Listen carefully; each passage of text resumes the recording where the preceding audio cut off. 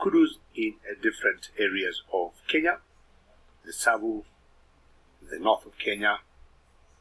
You'd see kudus. This is one of the largest vultures we got in Africa, and this is the lappet-faced or the Nubian vultures, and also it happens to be the strongest vultures we have here. Not sure what kind of angle you got there, Edwin, but if you can just point to the sky. I mean, I've never seen vultures just gliding in the air. I'm sure the roof of the vehicle might come on your way, but see the best you can and just catch those vultures in the air there. It just looks so colorful. I mean, so beautiful seeing them gliding and taking advantage of the thermals.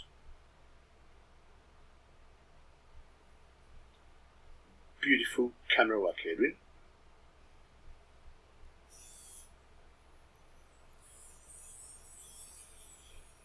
Vultures have been known to take advantage of, heat thermals, conserving their energy.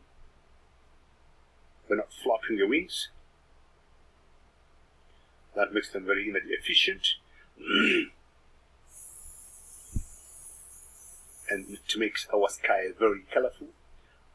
We have always thought if you see vultures flying in the air, it's a good indicator that all is good under or in our office.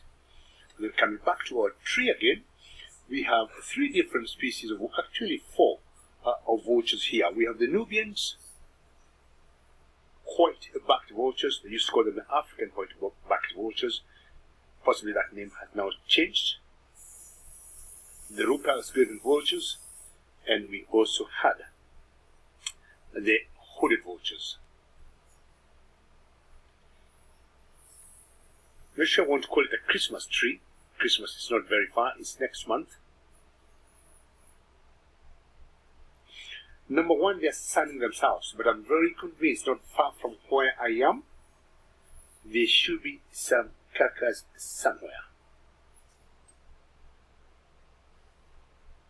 So that white-backed vultures, or that, and of course the one with the red head is the one to me we have a bit of interest in, being unique and being big in size. I'm also trying to find out what tree this is here, the type of the tree here.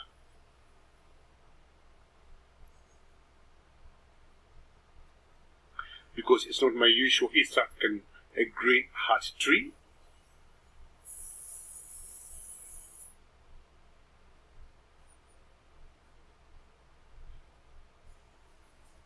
I'm just trying to look at the leaves and finding out exactly what type of a tree it is.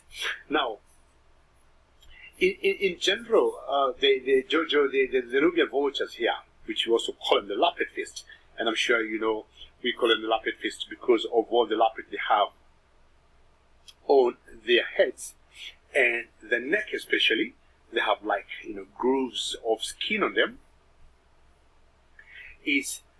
We will find them around an area, or we call, you go to Middle East, Jojo, we have an area called the Nubian area there, and that's why we ended up, not sure even exactly how even that came to be a name of it, but Jojo, if you go to the Middle East, you talk of the Nubian areas, the Nubian deserts, and I would want to believe also in that particular area, in the Middle East, they have these vultures. I mean, vultures are all over the world, even like the turkey vultures.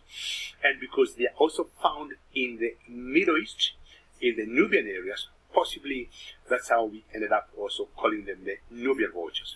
But locally here, we like calling them the lappet-faced vultures. But that's a very good question, Jojo. But that's hopefully helps explain how we ended up also calling them the Nubian vultures, because of other areas in the world where they are found, and more so in the Middle East. Jojo, I'm sure you know the Nubians always go in twos. They're always very monogamous, a male and female, but all the rest that you see there, Jojo,